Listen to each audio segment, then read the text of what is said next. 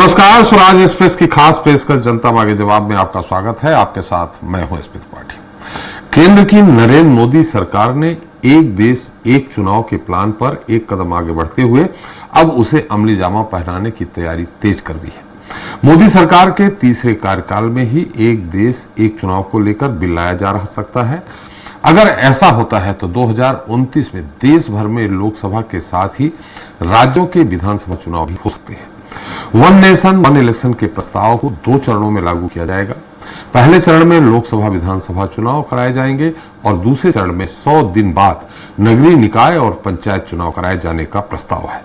One nation one election को लेकर पूर्व राष्ट्रपति रामनाथ कोविंद की अध्यक्षता में उच्च स्तरीय कमेटी ने यह रिपोर्ट तैयार की है, जिसमें कहा गया है कि 62 राजनीतिक दलों में से 32 राजनीतिक दलों ने एक साथ चुनाव कराने के प्रस्ताव का समर्थन किया है, जबकि 15 ने इसका विरोध किया है। मौजूदा परिदृश्य में एक देश एक चुनाव को हकीकत में बदलने के लिए कई अहम पड़ाव से होकर गुजरना होगा। संसद में पास कराने से लेकर संविधान संशोधन और राज्यों के सहयोग के बाद ही इसे अमली जामा पहनाया जा सकता है, जो मोदी सरकार के लिए एक बड़ा चैलेंज है, क्योंकि एक देश एक चुनाव से जुड़ा विधेयक अभी संसद तक पहुंचा भी नहीं है और इस पर सियासत पहले ही करवा गई है। कांग्रेस समेत ज्यादातर विपक्षी दल खुलकर इसकी खिलाफत में उतर आए हैं। कांग्रेस अध्यक्ष मल्लिकार्जुन खड़गे ने वन नेशन वन इलेक्शन की व्यवहारिकता पर ही सवाल उठाया है, जबकि सत्ताधारी दल बीजेपी का मानना है कि वन नेशन वन इलेक्शन से देश को बार बार चुनाव के भंवर में नहीं फंसना पड़ेगा और विकास कार्यों की रफ्तार सुस्त नहीं पड़ेगी। ऐसे में आज चर्चा एक देश एक चुनाव को लेकर ही क्यों है मनमुटाव के इसी मुद्दे पर।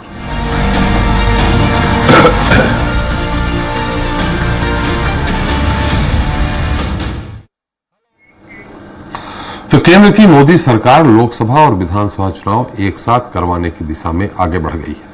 बुधवार को केंद्रीय मंत्रिमंडल ने एक देश एक चुनाव के प्रस्ताव को मंजूरी दे दी है। वन नेशन वन इलेक्शन विधेयक को दिसंबर में प्रस्तावित संसद के शीतकालीन सत्र में पेश किया जा सकता है। इससे पहले मार्च में पूर्व राष्ट्रपति रामनाथ कोविंद की अध्यक्षता वाली कमेटी ने अपनी रिपोर्ट राष्ट्रपति को सौंपी थी। वहीं केंद्रीय गृह मंत्री अमित शाह भी साफ कर चुके हैं कि इसके लिए एक क्रियान्वयन कमेटी गठित की जाएगी और संविधान में संशोधन किया जाएगा और यह मोदी सरकार के इसी कार्यकाल में होगा। हम इस पर चर्चा करेंगे, लेकिन उसके पहले देख लेते हैं हमारी खास रिपोर्ट। एक देश एक चुनाव, क्यों है मनमुटाव? जी हां, एक देश एक चुनाव को कानूनी रूप देने के लिए मोदी सरकार ने तैयारियां तेज कर दी हैं। प्रधानमंत्री नरेंद्र मोदी की अगुवाई में हुई कैबिनेट बैठक में वन नेशन वन इलेक्शन पर आई कमेटी की रिपोर्ट को मंजूरी दे दी है। इसे संसद के शीतकालीन सत्र में पेश किया जाएगा। वहीं इस प्रस्ताव को लेकर राजनीति भी तेज हो गई है। कांग्रेस समेत ज्यादातर विपक्षी दल खुलकर खिलाफत में उतर आए हैं और लगातार इसकी खामियां गिना रहे हैं। वहीं एनडीए में शामिल दल इसका समर्थन कर रहे हैं। कांग्रेस अध्यक्ष मल्लिकार्जुन खड़गे ने वन नेशन वन इलेक्शन की व्यावहारिकता पर ही सवाल उठाए हैं। उन्होंने कहा कि ऐसा करना संविधान और संघवाद के खिलाफ है। वहीं सपा सुप्रीमो अखिलेश यादव ने भी तंज कसते हुए कहा कि कहीं ये योजना चुनावों का निजीकरण करके नतीजे बदलने की तो नहीं है। समय की बचत होगी, खर्चे की भी बचत होगी और ये जो बार बार चुनाव होता है, आचार संहिता लगती है तो विकास भी रुकता है। अगर लोकसभा विधानसभा का चुनाव एक साथ संपन्न हो जाएगा तो निश्चित रूप से इसको देश को बहुत बड़ा लाभ होने वाला है। ये प्रैक्टिकल नहीं है और ये चलने वाला नहीं है। ये सिर्फ चुनाव जब बात है, कोई ना कोई कुछ मुद्दा नहीं मिल रहा उनको, ऐसी चीजें बात करने के लिए, इश्यू को डाइवर्ट करने के लिए वो बात करते हैं। हालांकि वन नेशन वन इलेक्शन को लेकर केंद्र की मोदी सरकार के सामने कई चुनौतियां भी हैं, क्योंकि एक देश एक चुनाव विधेयक पर मुहर तभी लगेगी जब संसद के दोनों सदनों से ये पारित होगा। इसके लिए संविधान के अनुच्छेद 83, 85, 172, 174 और 356 में संशोधन करना जरूरी होगा। इसके लिए 2/3 बहुमत होना जरूरी है। वैसे भी आम चुनाव में संविधान बदलने का मुद्दा गरमाता रहा है। ऐसे में विपक्ष इसे हथियार बना सकता है और नैरेटिव सेट कर सकता है। वहीं लोकसभा में इस विधेयक को पास कराने के लिए कम से कम 362 और राज्यसभा में 163 सदस्यों का समर्थन जरूरी होगा। संसद से मंजूरी के बाद इस विधेयक को करीब 15 राज्यों के विधानसभा का अनुमोदन भी जरूरी होगा। उसके बाद राष्ट्रपति के हस्ताक्षर होंगे और कानून बन सकेगा, जबकि अभी लोकसभा में कुल 543 में से एनडीए के पास 293 सदस्य हैं। वहीं राज्यसभा में 119 सदस्यों का समर्थन प्राप्त है। यानी एनडीए सरकार को संविधान संशोधन के लिए विपक्ष को भी भरोसे में लेना होगा। मयंक शुक्ला, स्वराज एक्सप्रेस, भोपाल। तो इस मुद्दे पर चर्चा करने के लिए हमारे साथ मौजूद है खास मेहमान हैं ओपी रावत जी हैं, पूर्व मुख्य चुनाव आयुक्त हैं हमारे साथ। सच्चिदानंद उपासने जी हैं, बीजेपी प्रवक्ता रायपुर से हैं। रितेश त्रिपाठी कांग्रेस प्रवक्ता भोपाल से हैं। सोफिया खान टीएमसी नेता पश्चिम बंगाल से हैं और के त्रिपाठी जेडीयू प्रवक्ता पटना से हैं और Ajay Tripathi security editor Swaraj express हमारे साथ हैं। आप सभी का हमारे इस खास कार्यक्रम में बहुत बहुत स्वागत है। सबसे पहले रावत जी, आपको मेरी आवाज सुनाई पड़ रही है? बहुत अच्छा जी। आपसे यही जानना चाहेंगे कि क्या ये संभव है फिलहाल जिस तरह से चल रहा है, 2/3 बहुमत राज्यसभा में, 2/3 बहुमत लोकसभा में होना चाहिए, तभी शायद ये संशोधन हो सकता है, एक। और दूसरा, इससे क्या फायदा है और क्या नुकसान है? देखिए, अपने यहाँ एक जी एक चुनाव 1967 तक हुआ है जी, और अभी भी करने के लिए इलेक्शन कमीशन ने इको हो रहा है क्या आपके उसमें? आवाज लौट के आ रही है क्या? हाँ, लौट के आ रही है आवाज। जी, मैं इसको ठीक करता हूं, लेकिन आप जो भी बात कह रहे हैं कहते रहिए, कोई दिक्कत नहीं है, इसको जल्द ही ठीक कर रहा हूं मैं। ओके जी। तो वो इलेक्शन कमीशन तो 82 में सुझाव दिया था, लेकिन वो अमेंडमेंट ना होने से वो ऐसे ही चुनाव करवाते रहे, जो कानून और संविधान में प्रावधान है। जी। अभी दोबारा इस पर बहस शुरू हुई 2015 में, और लगभग 10 साल होने को है, अभी बहस ही चल रही है। जी, मैं आपके पास फिर से आ रहा हूं रावत साहब, मैं फिर से आपके पास आ रहा हूं तकनीकी कारणों से। जी। ओके जी। अजय त्रिपाठी जी, हम आपसे जानना चाहेंगे, ये 200, जैसा कि अभी रावत साहब बोल रहे थे, भी फिर से उनके पास जाऊंगा और जानकारी चाहेंगे कि किस तरह से हो सकता है। 362 सदस्य लोकसभा में चाहिए और 245 राज्यसभा में, जो अभी सत्ताधारी दल यानी एनडीए के पास नहीं है। नहीं, देखिए, लोकसभा में तो संभावना इसलिए कही जाती है, जो पहली बात हुई थी कि जैसा कि रामनाथ कोविंद कमेटी की सिफारिश में कहा गया कि 32 जो पॉलिटिकल पार्टी जिन्होंने समर्थन दिया है, इस 32 में से बहुत सारी पार्टियां ऐसी होंगी जिनके पास एक दो सांसद होंगे।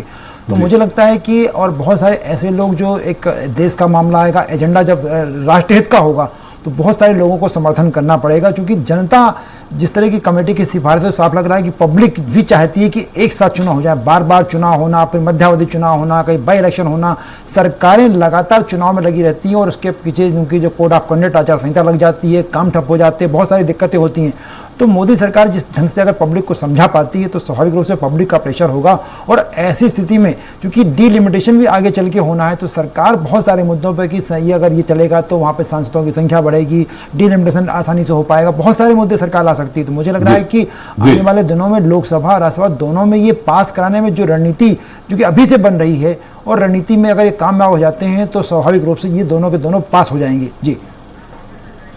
जी, रावत साहब, जो सवाल किया था, एक बार फिर से आपके पास आ रहा हूं, तकनीकी कारणों से हम आपसे अलग हुए थे। क्या ये संभव है? और संभव है तो दोनों सदनों में, लोकसभा और राज्यसभा दोनों में 2/3 बहुमत के साथ पास होना चाहिए। देखिए, वो तभी संभव है जब सारी राजनीतिक दल जो हैं वो ऑन बोर्ड लाए जाएं, उनकी सहमति हो। और इसलिए भी जरूरी है कि इन्होंने नगर पालिका और पंचायत के चुनाव भी उसके साथ कराने का किया है। जी। ये चुनाव उनके राज्य के कानूनों के अंतर्गत होते हैं। जी स्टेट इलेक्शन कमिश्नर हैं उनके, तो वो जब तक उनकी सहमति नहीं होगी जी जी आप करा ही नहीं सकते आप। जी।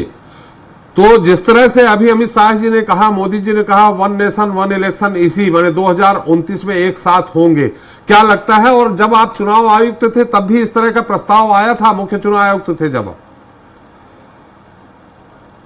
मैंने बताया ना 2015 से चल रहा है, वो बहस ही बहस हो रही है जी। कभी कुछ हुआ नहीं, कभी कुछ नहीं हुआ। नहीं तो अब तो मोदी सरकार इसमें एक कदम आगे बढ़ा चुकी है, क्या लगता है आपको? ये कोई कदम नहीं है, ये एक कमेटी थी, उसकी अनुशंसाओं का अनुमोदन है। जी। कदम तभी उठेगा जब वो कोई बिल लाएंगे लोकसभा में जी और उसके पारित करने के प्रयास करेंगे पार्टियों को साथ लाकर। जी। अच्छा, ये पारित अगर हो गया तो फिर एक तकनीकी कारण बहुत सारे हैं, जैसे पश्चिम बंगाल में 2026 में चुनाव होने हैं, उत्तर प्रदेश, उत्तराखंड, इन जैसे राज्यों में 2027 में चुनाव होने हैं, और ये 2029 में प्रस्तावित है लोकसभा।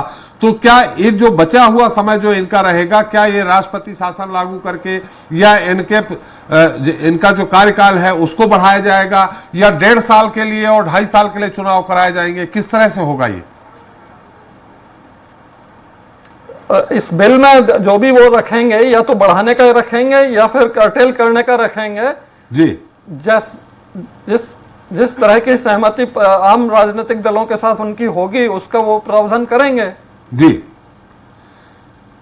तो मतलब जैसे 2027 में हो जाएगा। और अगर बीच में जी जी जी हाँ जी आप कहिए। जो 2027 में चुनाव हुए हैं जी, जो 2027 में चुनाव हुए हैं उनको या तो पूरा 34 तक बढ़ा देंगे कि भाई ये चुनाव जो है 34 तक वैलिड रहेंगे। अच्छा, ताकि वो अगले उसमें अगले उस साइकिल में सामने आ जाए। मतलब 7 साढ़े 7 साल तक का कार्यकाल हो सकता है, या फिर 1.5 साल का कार्यकाल होगा? हाँ, ये उनके ऊपर है, उनके और अन्य राजनीतिक दलों के बीच जो सहमति होगी उसके आधार पर बनेगा। जी। इसके फायदे क्या होंगे? एक इलेक्शन जैसे स्टेट का होता है, कहते करोड़ों रुपए खर्च होते हैं, केंद्र का होता है, अलग अलग होते हैं, आचार संहिता लग जाती है, जैसे हमारे एग्जीक्यूटिव एडिटर अजय त्रिपाठी जी ने कहा। तो इसमें जो काम विकास कार्य होते रहते हैं वो अवरुद्ध होते हैं। तो इसके फायदे ये हैं क्या सारे चीजें, और आर्थिक फायदा क्या होना है एक साथ कराने में? देखिए, आर्थिक फायदा इसमें कोई खास नहीं होना है, क्योंकि कितना खर्चा अभी हो रहा है उससे ज्यादा खर्चा शायद उसमें हो, क्योंकि ईवीएम वीवीपैट की संख्या ज्यादा लगेगी और ज्यादा पैसा देना होगा। तो इसलिए आर्थिक का कोई इशू नहीं है जी। और इसलिए भी नहीं है कि हम सबसे सस्ता चुनाव कराते हैं पूरे विश्व में, इसलिए आर्थिक मुद्दा है ही नहीं जी। असली मुद्दा है कि एक बार चुनाव हो जाने के बाद अगले 5 साल तक के लिए नेता लोग जो कुश्ती करते रहते हैं वो करने की जरूरत नहीं रहेगी जी। अच्छा, इस बीच में फोकस कर सकेंगे अपना, अगर अपोजिशन में है जी। बताइए। नहीं, इस बीच में जैसे एक फोकस कर सकेंगे प्रशासन पर। हाँ, नहीं, जिस तरह से जैसे कि पहले आप 62 तक एक साथ चुनाव होते रहे, फिर धीरे धीरे कहीं प्रदेश की सरकार गिर गई, कहीं बन गई, ये इस तरह जो होता रहा, तो आगे ये कोई कैसे गारंटी होगी कि 2034 के बाद नहीं होगा? फिर सरकार गिरेगी तो फिर क्या होगा? उस दौरान पूरे समय राष्ट्रपति शासन रहेगा क्या? बिल्कुल नहीं। जनतंत्र का तकाजा है कि हमेशा चुनी हुई विधानसभा के अंदर ही सरकार हो जी। तो इसलिए उसका अगर कार्यकाल बचा हुआ है तो उसका चुनाव उतने ही कार्यकाल के लिए कराया जाएगा, ताकि अगला चुनाव जो है लोकसभा के साथ हो। जी। चलिए, बहुत धन्यवाद आपका सारी जानकारी के लिए। एक बार आपने हमें अपना अमूल्य समय दिया, बहुत बहुत धन्यवाद अजय जी। ये मतलब एक तरह से पूरा लोकतंत्र की परिभाषा, हालांकि चुनाव होंगे, चुनाव के माध्यम से जनता ही चुनेगी अपने मुख्यमंत्री, मंत्री, प्रधानमंत्री को, लेकिन लोकतंत्र की एक तरह से परिभाषा बदलती जाएगी, क्या नहीं, क्या लगता है आपको? नहीं, लोकतंत्र की परिभाषा में कोई बदलाव कोई मतलब डेमोग्राफिकल चेंज नहीं आएगा। इसलिए नहीं आएगा कि आखिरकार वोटर ही तो वोट डालेगा जी। और वही वोटर वोट डालेगा जो उसी घोषणाओं के साथ होगा, जो सरकारी तमाम राजनीतिक दल उनके एजेंडा होगा, उनका मैनिफेस्टो होगा, सब कुछ जस का तस होगा जैसे चुनाव होते हैं। बस ये है कि चूंकि एक साथ चुनाव होंगे और सरकार पर जो बात एक जो एजेंडा दिमाग में डाला जा रहा है भारतीय जनता पार्टी की सरकार द्वारा सबके दिमाग में, कि इससे क्या होगा कि 5 साल की मशक्कत नहीं होगी। जो बार बार कहीं पश्चिम बंगाल में चुनाव हो रहे हैं, फिर सब लोग वहां व्यस्त हैं, उसके कर्नाटक के चुनाव हो रहे हैं, सब लोग वहां बोले 3 राज्यों के विधानसभा चुनाव हो रहे हैं, वहां व्यस्त हो गए। ये जो लगातार बना रहता है उससे थोड़ी सी टेंशन कम होगी। लेकिन जो जैसे रावत साहब भी कह रहे थे कि खर्चे तो चूंकि लगातार एक बार ड्यूटी में 1000 लोग लगते हैं, अगर बड़ा चुनाव होगा 10,000 लोग लगेंगे, 10,000 लोगों को पेमेंट करना पड़ेगा। अभी 1000 ईवीएम मशीनें लगती हैं, फिर 50,000 ईवीएम मशीनें लगेंगी, तो सब कुछ बढ़ेगा, टेंट का किराया बढ़ेगा, आना जाना पड़ेगा, तमाम चीजें दौड़ेंगी। लेकिन ये तय है कि अगर एक जो बार बार दिमाग में भर दिया गया है कि एक बार चुनाव हो जाने से आपकी जो बीच में मशक्कत चलती रहती है, काम करने का मौका नहीं मिलता। बहुत सारे ऐसे मुख्यमंत्री को हमने देखा, कहते थे कि साहब लगातार आचार संहिता लगी रही, हम लोग काम नहीं कर पाए। उससे सरकारों को मौका मिल जाएगा और काफी काम हो सकेगा। जी जी, सच्चिदानंद जी मेरी आवाज आ रही हो? सवाल यही है, अभी हमारे साथ पूर्व मुख्य चुनाव आयुक्त ओपी रावत जी थे, उन्होंने कहा इस पे चर्चा ही चर्चा हो रही है, बाकी कुछ हो नहीं रहा। हमने उनसे सवाल किया कि कैबिनेट से पास हो गया, बोले इससे कुछ नहीं होता है।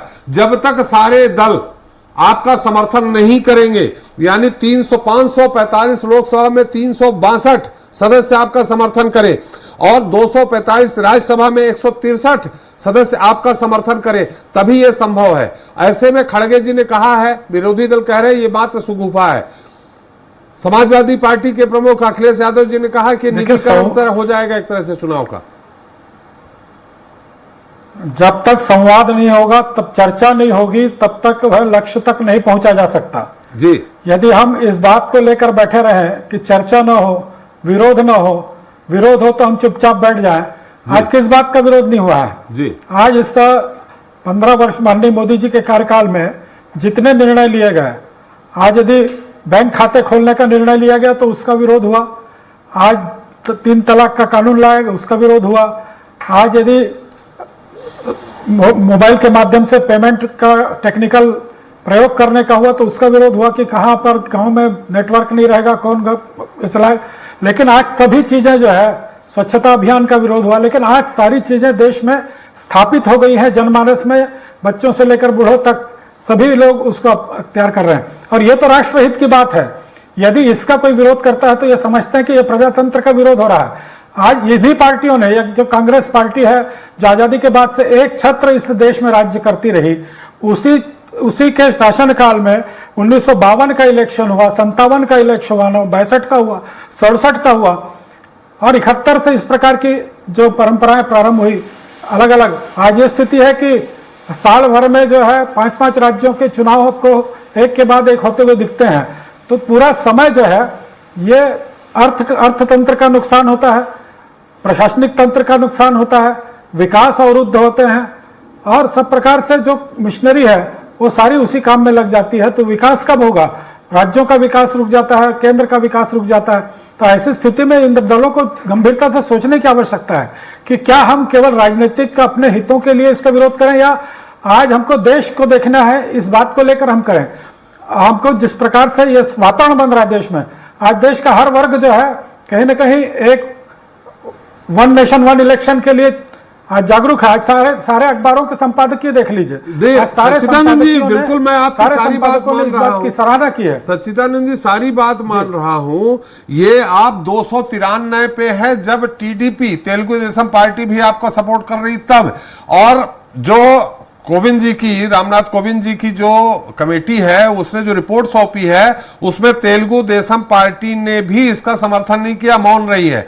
इन स्थितियों में आप 362 लाओगे कहां से?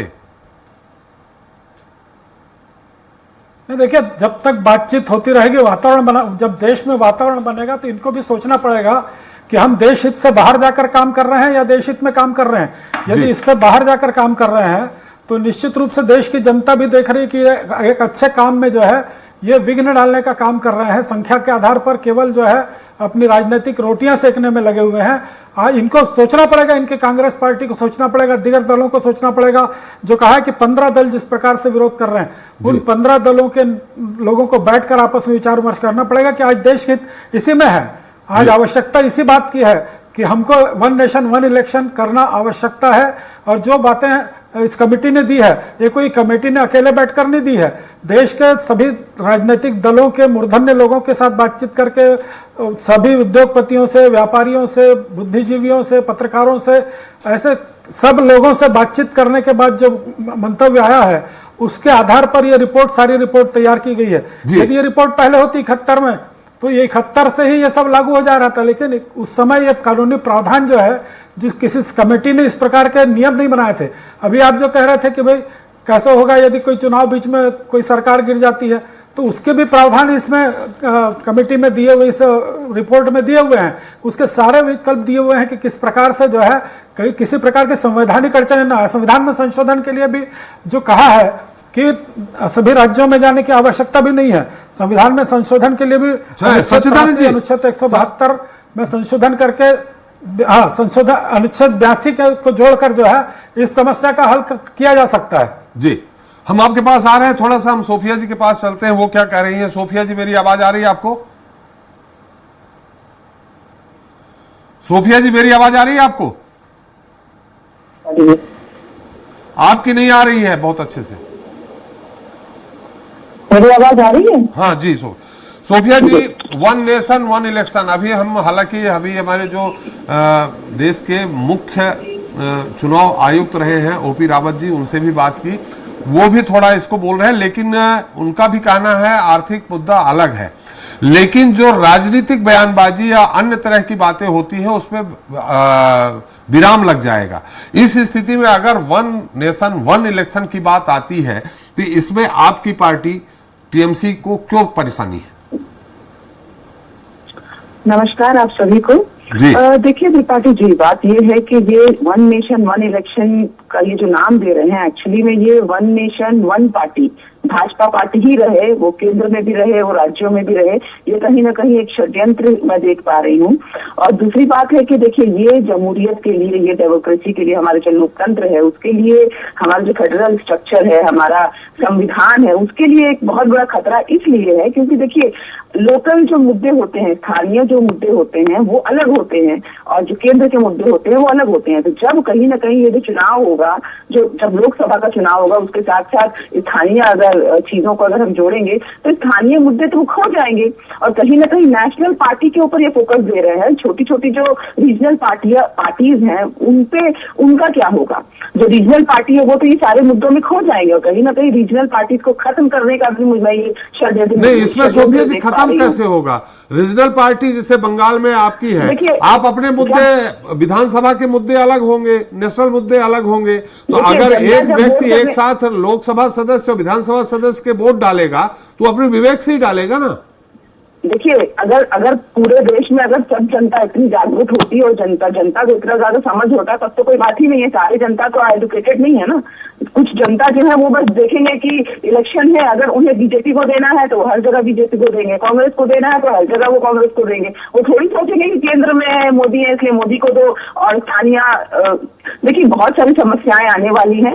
पहली बात तो है कि बिल्कुल प्रैक्टिकल नहीं है। वो कहते हैं कि आर्थिक स्थिति से हम देश को जो है आमदनी बचा सकते हैं, लेकिन एक बात बताइए, जहां पर जरूरत है हमारे टैक्स पेयर का जो पैसा है वो अन्य बहुत सारी चीजों में लग रहा है। कल को ये बोलेंगे कि भाई बॉर्डर से फोर्स हटा दो, बॉर्डर से आर्मी हटा दो, ऐसा थोड़ी होता है। कहेंगे कि पुलिस कर्मी जो है वो काम नहीं कर रहे हैं, वहां पे बचत हो जाएगी, वो हटा दो। तो मुझे लगता है ये बिल्कुल इम्प्रैक्टिकल है ये चीज है। पहली बात तो है ये इतनी आसानी से लागू होने वाला है नहीं।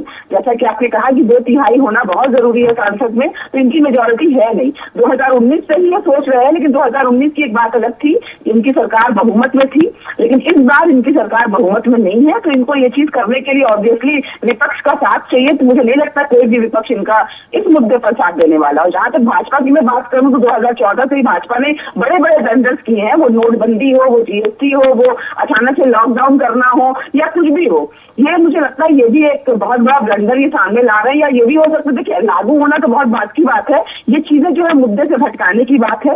मुद्दा, सही मुद्दे पर ये बात नहीं करते। अरे आप बात कीजिए ना, आप किस तरीके से महिलाओं को सुरक्षा देंगे। आप मणिपुर जलता रहा 80 दिनों से ज्यादा, ये मुद्दा अलग हो गया। आज वन नेशन वन इलेक्शन की बात कर रहे हैं सोफिया जी, हम आपके पास फिर से। देखिए, सारे मुद्दे इंटरकनेक्टेड है, क्योंकि भाजपा जो है 10-12 साल से जो है वो हमारे केंद्र में शासन कर रही है। तो भाजपा के, हम तो पिछला रिकॉर्ड भी देखेंगे ना कि भाजपा ने क्या क्या सही निर्णय लिया है और देश को कितना ज्यादा भुगतना पड़ा है, कितना भुगतान करना पड़ा है। उन चीजों को देखने के लिए भी हम जो है, देखिए ऐसा नहीं कि अपोजिशन जो है, विपक्ष है, वो हर बार जानबूझ के सिर्फ भाजपा ने कह दिया इसलिए हम उसको मुखालफत करते, ऐसा नहीं है। लेकिन जो चीजें अगर प्रैक्टिकल नहीं है तो नहीं है। जैसे मैंने अभी कहा कि ये फेडरल स्ट्रक्चर के लिए बिल्कुल सही नहीं है और कहीं किसी भी तरीके से लोकतंत्र के लिए सही नहीं है, क्योंकि स्थानीय मुद्दे खो जाएंगे।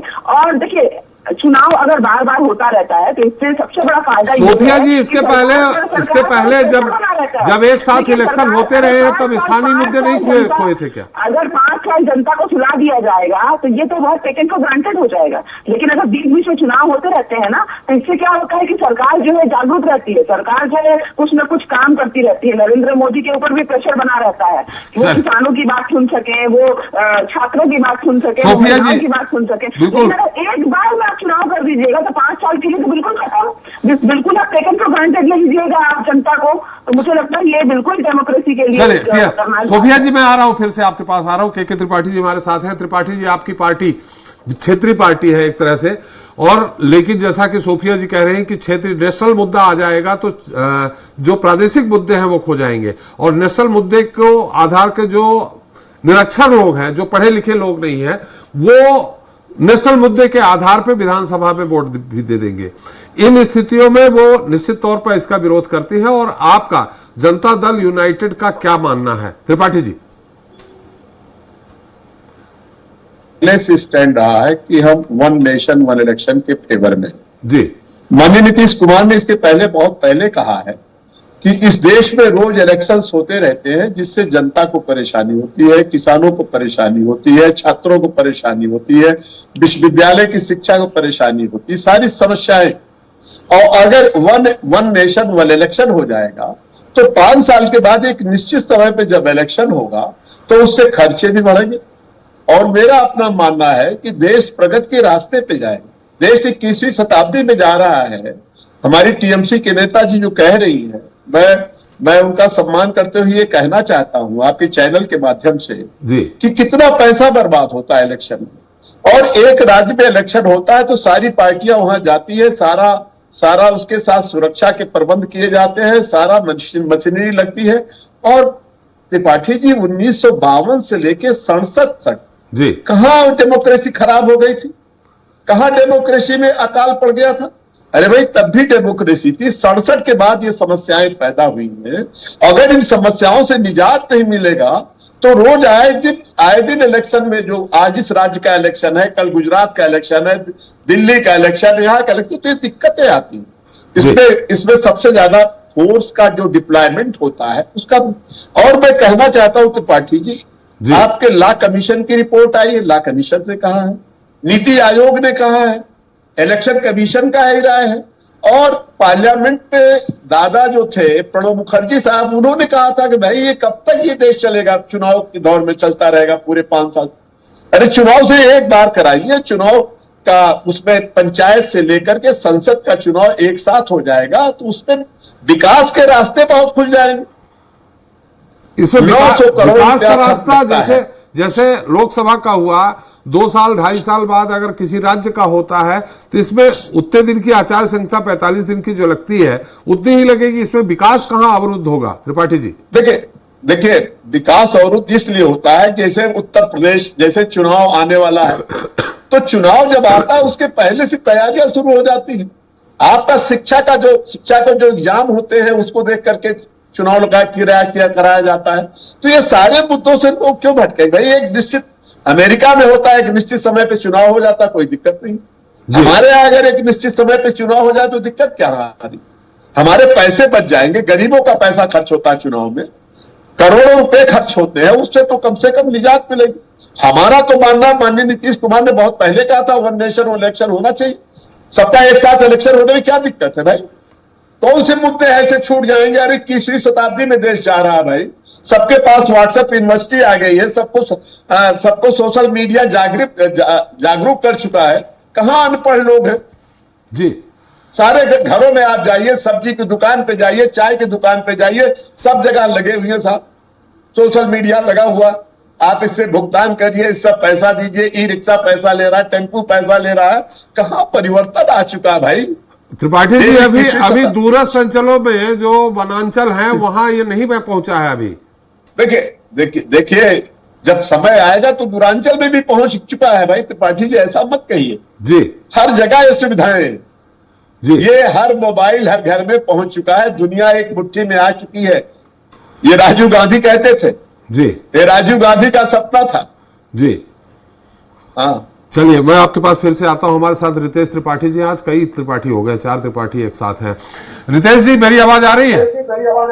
जी क्लियर आ रही है, मैं क्लियर हूं आपकी? जी जी। रितेश जी देखिए, जैसा कि अभी हमारी आवाज भी हमें इको हो रही है। त्रिपाठी जी कुछ आपने उसका लगता है खोल रखा है साउंड। अब ठीक है क्या? हाँ अब ठीक है। 1 नेशन 1 इलेक्शन, जैसा कि अभी सोफिया जी ने है, कलकत्ता से बैठी हैं, बंगाल से हमारे साथ कह रही हैं कि इसमें अगर चुनाव होते रहेंगे तो जनता जागरूक बनी रहेगी, अगर एक 5 साल के लिए जनता सो जाएगी, ये एक उनका मुद्दा है। अब कांग्रेस जैसा वो कह रहे हैं आपके खड़गे जी कि महज एक शगुफा है, बात सही है। पूरा 2/3 बहुमत चाहिए, 362 लोकसभा में चाहिए, राज्यसभा में जब जाएगा तो उसकी बात है। 1 नेशन 1 इलेक्शन में आपको क्या तकलीफ है? यहां कहां, क्या आपको इस बात का डर है कि मोदी जी के प्रभाव में विधानसभा चुनाव भी प्रभावित हो जाएंगे? बहुत अच्छी बात है। आपके स्वराज एक्सप्रेस के सभी दर्शकों को मैं नमस्कार करता हूं जी। और आदरणीय त्रिपाठी जी, मैं आपके संदर्भ में बताना चाहूंगा कि ये दरअसल ये कोई 1 नेशन 1 इलेक्शन की बात नहीं है। कि टोटल जो माजरा है तो आने वाले जो 4-5 राज्यों के चुनाव है उस पर केंद्रित पूरा ध्यान है। बीजेपी उन सभी राज्यों में बुरी तरह हारने वाली है। और मेरा सवाल ये भी है कि जो केंद्र की सरकार झारखंड, महाराष्ट्र, जम्मू कश्मीर, हरियाणा, तेलंगाना जैसे राज्यों में एक साथ चुनाव नहीं करवा पा रही है, वो पूरे देश में कैसे एक साथ चुनाव करवाएगी? 4 बड़े सवाल आप तक पहुंचा रहा हूं, उनका जवाब भारतीय जनता पार्टी के काबिल प्रवक्ता सच्चिदानंद जी से पूछिए, जिनने तेलंगाना में चुनाव हो चुके हैं। रितेश जी गलत आंकड़ा बता दिया, मैं सोचने मानता हूँ। झारखंड, महाराष्ट्र, हरियाणा जी, तो यहाँ पर चुनाव होने, और जम्मू कश्मीर यहाँ पर चुनाव आने वाले हैं, और यहाँ पर भारतीय जनता पार्टी की कोई भी तैयारी नहीं है। वहाँ उद्धव ठाकरे ग्रुप बहुत अच्छा परफॉर्म कर रहा है। हरियाणा में आपने देखा कि जो कांग्रेस की स्कीम लाई उसी में 100 रुपये बढ़ा दिया गया। कुल मिलाकर इधर उधर की बातों में देश की जनता को भटकाने का काम है। रही बात भारतीय जनता पार्टी के काबिल प्रवक्ता यहाँ पर बैठे हुए हैं, तो मैं ये मानता हूँ आदरणीय त्रिपाठी जी कि भारतीय जनता पार्टी के मन में 2 भूत सवार हैं। एक तो राष्ट्रवाद का, अपनी हजारों गलतियों को राष्ट्रवाद की आय पर्दे के बीच छुपाना चाहते हैं, और दूसरी बात कांग्रेस के भूत से अभी तक वो निकल नहीं पा रहे हैं। पानी पी पीकर कांग्रेस को गाली देकर उनका जीवन यापन हो रहा है। नंबर 3, संघीय ढांचे पर यह एक बहुत बड़ा कुठारा घाट है। 362 सांसद हैं लोकसभा में चाहिए, इनके पास संख्या है 292, वो भी जोड़ तोड़ के, क्योंकि इनके साथ के अलायंस इनका साथ नहीं देने वाले, इस बात को आप भली भांति जानते हैं। मैं आगे बढ़ता हूं। रामनाथ कोविंद जी राष्ट्रपति के पद से सेवानिवृत्त में, उन्होंने राष्ट्रपति के पद जो उनकी गरिमा होती है उसके प्रतिकूल आचरण कर रहे हैं। ऐसा पहले देश में कभी नहीं है कि जो व्यक्ति राष्ट्रपति जैसे गरिमामयी पद पे रहा हो उसको आप देश के चुनाव की कमेटी में घुसेड़ दो। ये बिल्कुल भी लोकतंत्र और जो भारत की मर्यादा है, जो सम्मान है राष्ट्रपति पद का, जो संविधान की गरिमा ने उसे दिया है, उसका पूरी तरह से उस पर भी कुठाराघात है। चौथी बात पे आता हूं। आप विपक्ष का साथ चाहते हैं, बिल्कुल भी विपक्ष आपको साथ देगा। आप राष्ट्र निर्माण की बात करते हैं, बिल्कुल आप करना चाहिए, पर मेरे को इस बात का जवाब चाहिए कि राज्यसभा में विपक्ष के नेता खड़गे जी को आपने टीम में शामिल नहीं किया। आपने टीम में शामिल किया गुलाम नबी आजाद को, जो राज्यसभा के सांसद भी नहीं है, किस अधिकार से किया? क्योंकि वो भारतीय जनता पार्टी की चाटुकारिता करते हैं, भारतीय जनता पार्टी के गुड लिस्ट में है। यदि आपको अपने मुरीदों को स्थान देना है तो क्या आवश्यकता है इस तरह कमेटियां बनाने की? किस उम्मीद से आप विपक्ष से उम्मीद करते हैं? मैं 5वीं बात पे आता हूं। ये कहते हैं खर्च बचेगा। मैं आपके संज्ञान में लाना चाहूंगा कि 3 गुना वीवीपैट, 3 गुना ईवीएम ज्यादा बनवानी पड़ेगी जितनी आज देश में उपलब्ध है। क्योंकि कहीं ना कहीं हम लेकिन ये वन टाइम होंगी ना, वन टाइम होंगी पर खर्च सुनिए एक पहले तो 5,000 लोगों के लिए अलग सिलेक्शन करवाएंगे और फिर 1.5 करोड़ लोगों को जो उनका ट्रांसपोर्टेशन है, जो उनका लॉजिंग, फूडिंग, जो हमारे सुरक्षा बल है, उनको 1.5 करोड़ लोगों को 30 लाख लोगों के चुनाव के लिए, जो कि हमारे पंचायत के चुनाव होते हैं उसमें 30 लाख लोगों का चयन होता है, ठीक 1 महीने बाद वो शुरू हो जाएगा। तो किस तरह से आप खर्च को बचाने वाले इस बात का भी। और लेकिन 52 से 67 तक ये होता रहा है रितेश जी, 52 से 67 तक। तब देश की संघीय ढांचा दूसरी तरह था, तब हमारी जनसंख्या इतनी ज्यादा नहीं थी, तब इतने ज्यादा राज्य नहीं थे, तब इतनी पॉपुलेशन नहीं थी, तब इतनी बड़ी वोटिंग परसेंटेज नहीं होता था, तब इतनी टेक्नोलॉजी भी इतनी डेवलप नहीं थी। आज पूरा जमीन आसमान का अंतर है आदरणीय त्रिपाठी जी। और मेरी अंतिम बात को आप मैं कोट करना चाहूंगा कि 17 राज्यों के निर्वाचित प्रतिनिधियों की सरकारों को आप भंग करेंगे तो और फिर उसमें इलेक्शन कब होगा, जब केंद्र सरकार के साथ में इलेक्शन होगा। और कहीं केंद्र सरकार ही गिर गई तब आप क्या करेंगे? जैसा कि आज मोदी सरकार खतरे में मंडरा रही है, जिस दिन नीतीश कुमार इनका साथ छोड़ेंगे, जिस दिन चंद्रबाबू नायडू जो कि दो नैयों में पांव रख के चलते और हमेशा दोनों पार्टियों से व्यवहार बना के चलते, तब क्या होगा केंद्र सरकार का? यानी पूरे देश के भविष्य को आप अपने जो मन ग्रंथ आपकी जो भाव है, जो आपका सपना है, उसके अनुसार। और जो मेरी बहन टीएमसी नेता बता रही थी कि कहीं ना कहीं जब सेंटर का इलेक्शन, स्टेट का इलेक्शन होगा, त्रिपाठी जी, तो आप इस बात से इंकार नहीं कर सकते कि कहीं ना कहीं स्टेट के इलेक्शन भी इन्फ्लुएंस रहेंगे, प्रभावित रहेंगे। जब ये मोदी ब्रांड को बार बार मोदी ब्रांड की बात करते हैं तो उस ब्रांड के तहत में आप क्षेत्रीय पार्टियों को समेटने की कोशिश करेंगे। मतलब मोदी ब्रांड से भय है आपको? मोदी ब्रांड से भय है जी? मोदी ब्रांड से भय है आपको? वह तो खुद भाजपा वालों को भी मालूम है कि बुलबुला फूट चुका। जो व्यक्ति खुद 1 लाख वोटों के अंतर से जीत पा रहा हो, वो देश में कौन सा 400 का किलोमीटर टूटेगा, ये तो देश को पता चल चुका है। भय की कोई बात नहीं है। भय मुझे भारत के लोकतंत्रीय ढांचे के नष्ट होने का है। भय मुझे भारत के संविधान और लोकतंत्र पर जो भारतीय जनता पार्टी का कुठाराघात है, तो मुझे भारतीय संविधान की गरिमा को खोने का भय है। मुझे भारतीय जनता पार्टी और मोदी नाम का कोई भय नहीं है। चलिए, मतलब आप रितेश जी, मैं फिर से आपके पास आ जाऊंगा। निश्चित तौर पे बातें बहुत सारी आ गई। मैंने मतलब ये कि कांग्रेस या आप लोग बिल्कुल भी वन नेशन वन इलेक्शन के लिए तैयार नहीं है। अजय त्रिपाठी जी, आपको किसी से सवाल करना है क्या? नहीं, मेरा सवाल सिर्फ ये जो रितेश जी से सिर्फ ये था कि वन नेशन वन इलेक्शन की जो बात करें, एजेंडा तो अलग, जो टीएमसी मैडम कह रही थी सोफिया जी की, आपका एजेंडा अलग होगा, आपका मैनिफेस्टो अलग होगा, आपका माहौल अलग होगा। उसमें मिक्सचर कहां हो जाएगा कि एक ही मुद्दे पे चुनाव हो जाएगा? वो तो बिल्कुल अलग अलग इलेक्शन होंगे ना। रितेश जी जी, तो मैंने यही बात कही कि ये पूरे लोकतांत्रिक ढांचे पर भारतीय नहीं, वो कह रहे हैं मिक्सचर कहां होगा? लोकसभा का मुद्दा अलग, विधानसभा का मुद्दा अलग, इसमें मिक्सचर कहां हो रहा है? आप इस बात को समझिए कि हमारे देश में आज भी राजनीतिक जो साक्षरता है, जो राजनीतिक समझ है, वो उतनी ज्यादा नहीं है। कहीं ना कहीं आज भी देश के कई सारे क्षेत्रों में अटल जी और इंदिरा गांधी के नाम पर वोट ले रही है पार्टियां। तो अभी भी राजनीतिक जागरूकता देश में इतनी ज्यादा नहीं है। लोग 10-10 बार जीत कर आ रहे हैं, कोई भी काम नहीं करवा रहे हैं, लोग सिर्फ पार्टियों के नाम पर वोट दे रहे हैं। भारतीय जनता पार्टी ने राष्ट्रवाद का चोला पहना हुआ है। कहीं ना कहीं क्षेत्रीय पार्टियों को खत्म करने की एक साजिश भी है। तो मेरा एक अंतिम सवाल आपसे मैं यही पूछना चाहता था कि राज्य सरकार की 17 सरकारें गिराई जाएंगी उस समय, तो उसका जिम्मेदार कौन है? गिराई नहीं जाएंगी, समय बढ़ेगा या घटेगा एक साथ चुनाव कराने के लिए? उस समय की जो कंडीशन रहेगी तो 2-3 साल का समय 17 राज्यों में मध्यवर्ती चुनाव के आ जाएंगे, कंडीशन आ जाएगी। मेरा एक सवाल बहुत बड़ा त्रिपाठी जी उठ रहा है कि केंद्र की सरकार ही गिर जाएगी, तब क्या करेंगे? क्या हर राज्य की सरकार बर्खास्त कर, मान लीजिए 6 महीने? देखिए रितेश जी, अभी हमारे साथ मुख्य चुनाव आयुक्त ओपी रावत जी थे, उनसे मैंने बात की, शायद आप नहीं सुन पाए। उनने ये कहा कि देखिए, कहीं पे सरकार गिरा के राष्ट्रपति शासन नहीं लगेगा, कहीं पे कम हो समय किया जाएगा, कहीं किसी का कार्यकाल बढ़ाया जाएगा एक साथ चुनाव कराने के लिए।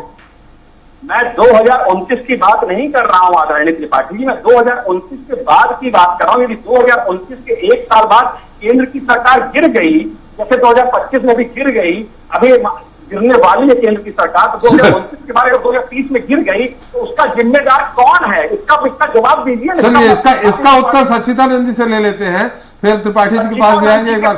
कोई भी उत्तर नहीं है, वो वहां पर मात्र पार्टी का झुनझुना बजाने के लिए बैठे। चलिए, तो उनसे सवाल तो लेंगे ना रितेश जी। सभी लोग अपनी अपनी पार्टी का झुनझुना बना रहे हैं, चाहे आप हो, चाहे सोफिया जी हो, चाहे के त्रिपाठी जी हो चाहे उपासना जी हो। उपासना जी बहुत सारा सवाल, बहुत उन्होंने सवाल खड़ा किया है। सोफिया जी ने यह कहा कि निश्चित तौर पे इसमें नेशनल मुद्दे और राज्य के मुद्दे अलग अलग होते हैं, लेकिन इसमें मिक्सचर हो जाएगा कहीं न कहीं, जिसके कारण केंद्र के मुद्दे के आधार पे आप राज्यों की जो क्षेत्रीय पार्टियां उनको समाप्त करना चाह रहे हैं। रितेश जी ने कहा है कि केंद्र की सरकार अगर गिर गई इस बीच में तो क्या सारी राज्यों की सरकार भी गिराएंगे? बहुत सारी इसमें दुविधाएं हैं। उपासना जी, देखिए, जो टीएमसी के हमारी बहन ने कहा है जी, वो सारा भय जो है भारतीय जनता पार्टी और मोदी जी से भय है जी। और जिस प्रकार से रीजनल पार्टी के नाम पर ये बात कर रहे हैं कि अभी उड़ीसा में चुनाव नहीं हुए, लोकसभा और विधानसभा के चुनाव, आंध्र में नहीं हुए दोनों चुनाव, उस समय तो अपनी अपनी बातें, केंद्र के मुद्दे केंद्र के आए, राज्य के मुद्दे राज्य के आए, दोनों ने अपने अपने मुद्दे रखे। तो ये तो हुआ। और क्या 67-71 तक क्या कहीं रीजनल पार्टियां नहीं थी? उस समय भी तो रीजनल पार्टियां थी, लेकिन उड़ीसा में केंद्र के मुद्दों के आधार पर सफाया कर दिया आपने, ये बीजू जनता दल का। तो बातें हमने रखी तो सफाया उनका हो गया। मुद्दों की लड़ाई ये थी कि उनके मुद्दे नहीं जनता को उतरे नीचे, और भारतीय जनता पार्टी के मुद्दों पर लोगों ने विश्वास व्यक्त किया। मुद्दे दोनों क्या है? ये भाई इन्हीं को यही है कि हमारे मुद्दों के आधार पर हम प्रदेश में जिस प्रकार से सरकारें लाते हैं, तो वो मुद्दों को थोपे हुए मुद्दे हैं, जनता को धोखा देने वाले मुद्दे हैं। जिस प्रकार से अभी छत्तीसगढ़ में भी जिस प्रकार से बातें की गई थी, उन मुद्दों पर छत्तीसगढ़ में जनता ने विश्वास नहीं किया। जनता ने ये देखा कि ये तो भ्रष्टाचारी लोग हैं, इन्होंने कोयले में भ्रष्टाचार किया, शराब में भ्रष्टाचार किया, सब प्रकार से हर चीज में भ्रष्टाचार किया है।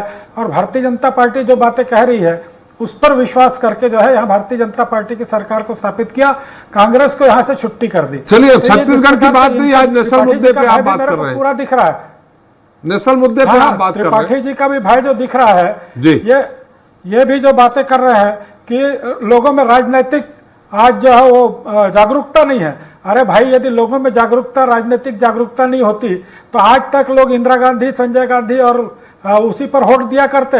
आज देश में इतना बड़ी परिवर्तन नहीं आता कि 2 की संख्या में सिमट कर कांग्रेस रह जाती। ये तो राजनीतिक जागरूकता लोगों में सुदूर बस्तर से लेकर सरगुजा और सुदूर वहां देर तक सब दूर जो है, जिस प्रकार की जागरूकता आई है कि कांग्रेस का चरित्र जो है वो लोगों में उजागर हो गया, इतनी बड़ी जागरूकता आई है, तभी आज कांग्रेस जो है इतनी बड़ी सफाया हो गई। और कांग्रेस का आज नाम लेवा जो है कहीं पर नहीं है।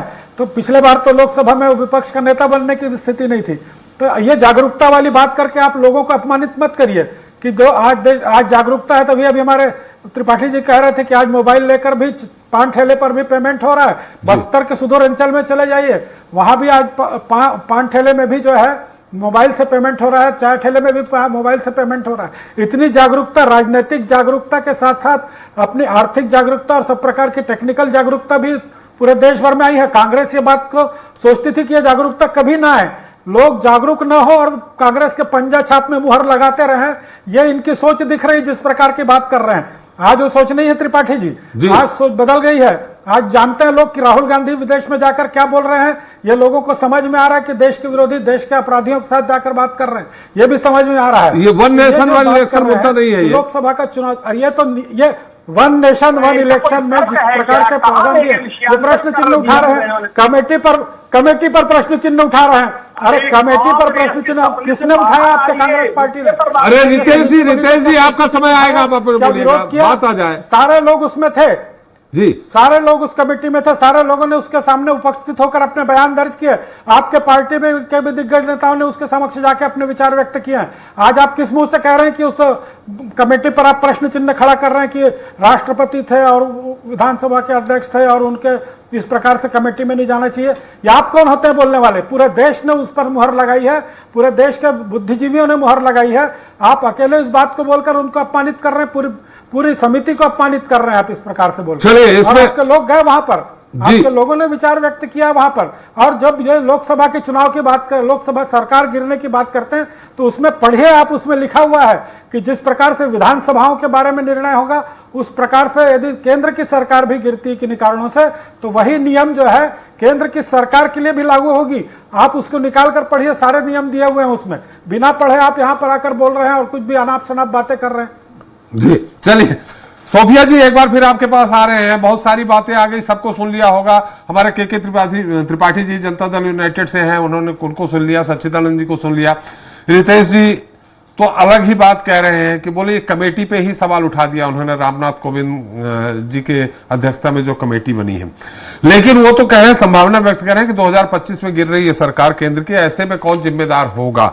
लेकिन ये कहीं ना कहीं ये बात सोफिया जी सामने आ रही है कि अगर 5 साल में एक बार इलेक्शन होता है, आचार संहिता 2-2 बार 3-3 बार लगेगी, जिसमें यह भी कहा गया है कि नगरीय निकाय और पंचायत के चुनाव भी 100 दिन के अंदर करा लिए जाएंगे, 100 दिन के बाद तो फिर आचार संहिता लगती। तो क्या आपको नहीं लगता है कि 5 साल में कम से कम 1 साल के लिए, 7-8 महीने के लिए आचार संहिता लग जाती है, जिसके कारण विकास के काम अवरुद्ध हो जाते हैं, टेंडर उस समय नहीं होता। सोफिया जी। त्रिपाठी जी, मैं अपने बड़े भाई सच्चिदानंद जी को पहले बता दूं कि वो जो कह रहे थे, मैं सहमत हूं कि लोग, जनता जब जागरूक हो गई है, जनता जागरूक हुई तभी तो जाकर लोकसभा में ये 400 पार का जो नारा लगा रहे थे 200 में आकर सिमट गई। ये जनता की जागरूकता ही थी जो इन लोगों को आधा तो खदेड़ दिया है, आधा 2029 में इनको पता है कि ये और भी ज्यादा विलुप्त होने वाले हैं, इसीलिए डर, ये भय जो है वो इनको ये सब करवा रहा है। और दूसरी बात है, फिर अपनी उसी बात पर अभी ये जेडीयू के प्रवक्ता हमारे के त्रिपाठी जी भी कह रहे थे कि जनता का भला होगा, जनता के पैसे बचेंगे। तो ये क्या जनता का वही पैसा है जो मोदी जी 15 लाख देने का वादा किए थे? क्या ये वही पैसे की बात कर रहे हैं? जनता का पैसा बचेगा से मतलब क्या है? देखिए, जहां पर एसेंशियल रिक्वायरमेंट है टैक्स पेयर्स के पैसों का, वो तो करना ही है। और चुनाव जो है वो लोकतंत्र को बचाने के लिए, अगर देश की लोकतंत्र ही खत्म हो जाएगा, खतरा बना जाएगा, तो मुझे नहीं लगता कि पैसे बचने का कोई भी पॉइंट किसी भी तरीके से। सोफिया जी, लोकतंत्र कैसे खत्म हो जाएगा एक साथ चुनाव कराने में? मैंने देखिए, अगर आप रीजनल पार्टियों को अगर खत्म कर दीजिएगा, छोटी छोटी पार्टियां, पूरा देश में आप बताइए ना कितनी छोटी छोटी पार्टियां हैं, जितनी छोटी छोटी अगर आप पार्टियों को खत्म कर देंगे, विलुप्त कर देंगे, अगर आप सिर्फ दो चार ही जो मैदान में 2-4 नेशनल पार्टियां अगर खेलेंगी, तो जाहिर सी बात है ये तो लोकतंत्र के लिए ठीक नहीं है ना। और सबसे मेन जो मुद्दा है, मैं अभी भी इसी बात पर खड़ी हूँ कि जो रीजनल मुद्दे हैं, जो स्थानीय मुद्दे हैं, वो बिल्कुल खत्म हो जाएंगे। लोग जो है, और लोगों को सुना देने वाली बात है कि 5 साल तक भाई हम मनमानी करते रहेंगे, अलग अलग कानून लेके आते रहेंगे, वो किसानों के खिलाफ हो, कोई भी ऐसा चीज हो, अचानक से वो डिक्लेयर कर देंगे, इनके अंदर कोई भय नहीं रहेगा कि हटाओ भाई, जो भी हुआ हुआ, आपको 5 साल बाद देखेंगे। तो ये चीज मुझे लगता है लोकतंत्र के लिए बहुत बड़ा एक चिन्ह मार्क होके आने वाला है। जी, उससे आपने कहा कि रीजनल मुद्दे देखे, टीडीपी वहां आंध्र प्रदेश में चुनाव हुआ, तो मुझे तो नहीं लगता रीजनल मुद्दे समाप्त हुए होंगे। खैर, त्रिपाठी जी, के त्रिपाठी जी, आपसे सवाल है। रीजनल, लोकल मुद्दे खत्म हो जाएंगे, रीजनल मुद्दे खत्म हो जाएंगे। मैं संवाद सोफिया जी को मैं जवाब देना चाहता हूँ जी, आपके चैनल के माध्यम से कि भाई कहाँ मुद्दे खत्म हो जाएंगे? संसद तक मुद्दे खत्म नहीं हुए। छोटी छोटी पार्टियां सर्वाइवल नहीं थी। अरे उस समय समाजवादी पार्टी थी, तमाम पार्टियां थी, छोटी छोटी पार्टियां, निर्दलीय ज्यादा चुन करके आते थे। त्रिपाठी जी, आप अगर 67 तक का देखिए, अगर 52 से लेकर 67 तक के चुनाव की समीक्षा कीजिए तो उसमें देखिए कितनी पार्टियां चुन के आती थी। और सीपीएम, सीपीआई, ये तमाम ऐसी पार्टियां थी, सब चुन करके आती थी। ये तो रीजनल पार्टी का, ये रीजनल पार्टी पे कहां हमला हो रहा भाई? ये तो जनता जिसको चाहेगी उसको चुन के भेजेगी। अरे भाई, आप अपने रीजनल, जो विधायक है वो अपना रीजनल मुद्दा उठाएगा, जो सांसद है वो देश का मुद्दा उठाएगा। अरे इसमें कौन सी दिक्कत हो रही भाई?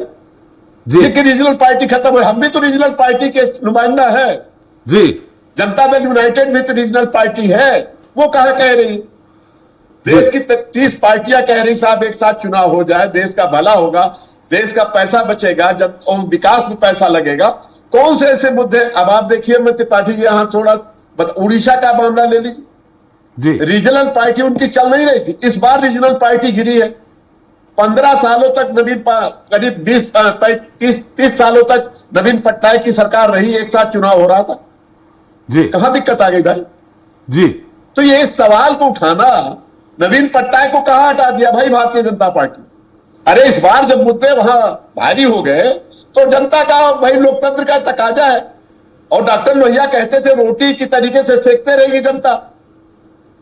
जनता जब उलटती पलटती रहेगी तो जनता के मुद्दे ठीक रहेंगे। ये कहां से रुक दिया भाई? नवीन पटनायक 25 साल तक सत्ता में बने रहे रीजनल पार्टी, और एक साथ चुनाव हो रहा था। कहां से पहाड़ गिर जाएगा भाई? ये सोफिया जी गलत बात।